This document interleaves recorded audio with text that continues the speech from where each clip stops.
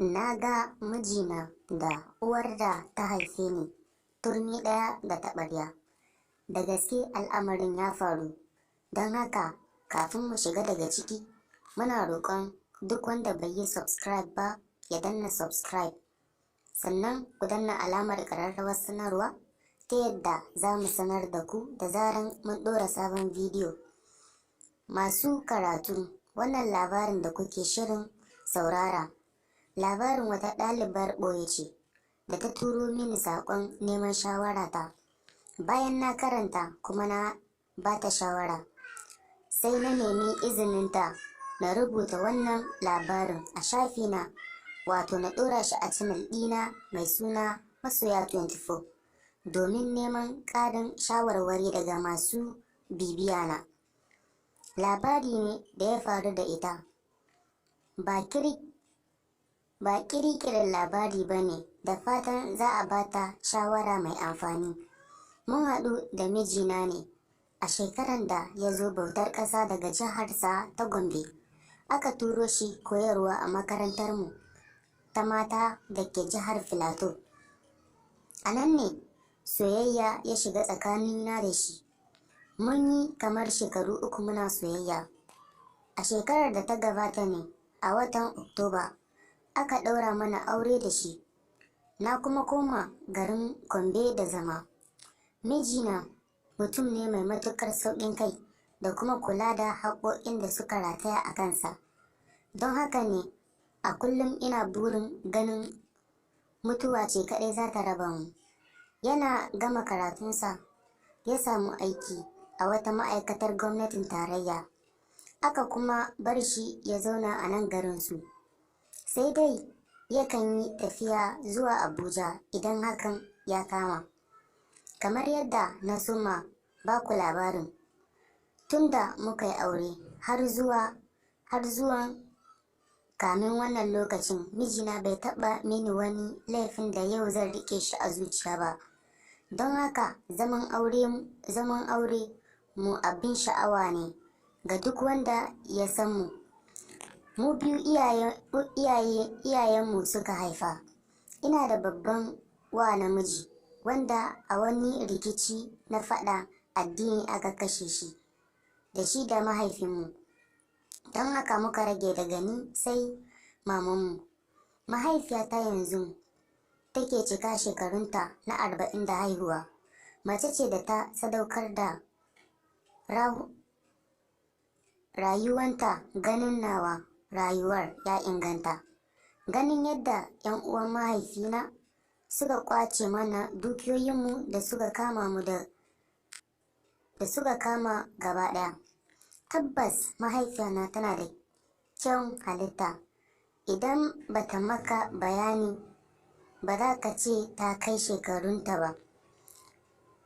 Haka mutane da yawa suna mata ganin bata isa ta haife ni ba. Mijina yana da shekaru 30 da haihuwa, ni kuma yanzu nake cika shekaru 24. Bari na tafi kai tsaye wajen dalilin da ya sa na rubuta maka wannan saƙon. Yau sati na 3 da haihuwa, na haifi ɗa namiji.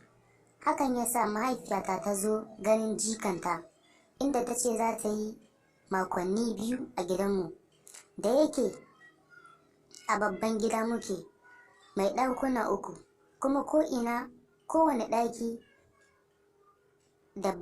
da bayikansa a ciki, yasa ba mu da wani fargaba na saukar baki ko wani iri ne. Akwai mutuntawa tsakanin miji da mahaifiyata irin na surukai, amma ko da wasa ban taɓa ganin wani alamun da zan zarge su da wani abu ba. Sai dai abin da na gani da idona a daren jiya shine ya soya min tunanina gaba ɗaya. Ya sa ni ɗimuwa da damuwa. Ba saboda natsuwar da Allah ya kimtsa mini a wannan lokaci ba, da tuni na kashe kaina. Na tashi tsakar dare ne domin na shiga banɗaki. Sai na duba na ga mijina baya kwance da ni. Da yake shi jaririn namu gadonsa daban. Hakan ya sa na yi tunanin ko ya shiga banɗaki ne. Sai wata zuciya ta ce mini na shiga ɗakin mahaifiyata na yi amfani da banɗakinta. Hakan kuwa na yanke shawara. Ina tura ƙofar kawai sai na ga mijina akan mahaifiyata yana zina da ita. Na kasa cewa komai, kawai sai na dawo cikin ɗakinmu. Shiga banɗakin da ban yi ba kenan, ina kwance akan gado. Na rufe fuskata da mayafi ina ta kuka.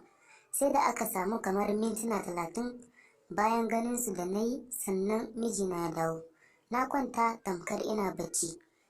Ya lallaba ya shiga banɗaki ya yi wanka ya dawo ya kwanta. A lokacin ne na soma tunanin wata fura da yake kawo mini duk dare nake sha kamin na kwanta saboda matukar son wannan furan da nake yi. Na fahimci jiya da ya kawo ban sha ta ba, wanda wajen sau 3 yana tambaya ta ko na sha fura. Daga ƙarshe dai na ce masa na sha.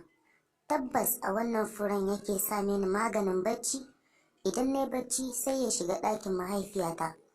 Malam a yanzu haka ba su san na gansu ba, kuma saura mako guda mahaifiyata ta koma. Ganin mahimmancin da dukkaninsu biyu suke a rayuwata na kasa yanke hukunci matakin da ya kamata na ɗauka. Shi yasa na ce ko zan iya samun shawara a wajenka.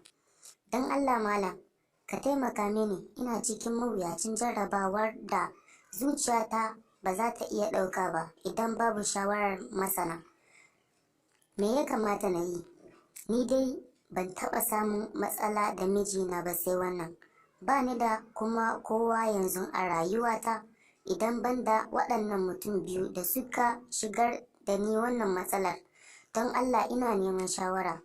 To masu saurara, musamman ɗalibanmu waɗanda suke biye da mu, don haka muke roƙonku da ku danna subscribe, sannan kuma muna buƙatar shawararku mata da maza. Ku taimaka ku kuɓutar da wannan baiwar Allah ta hanyar ba ta shawara shin wani mataki za ta ɗauka domin warware wannan matsala.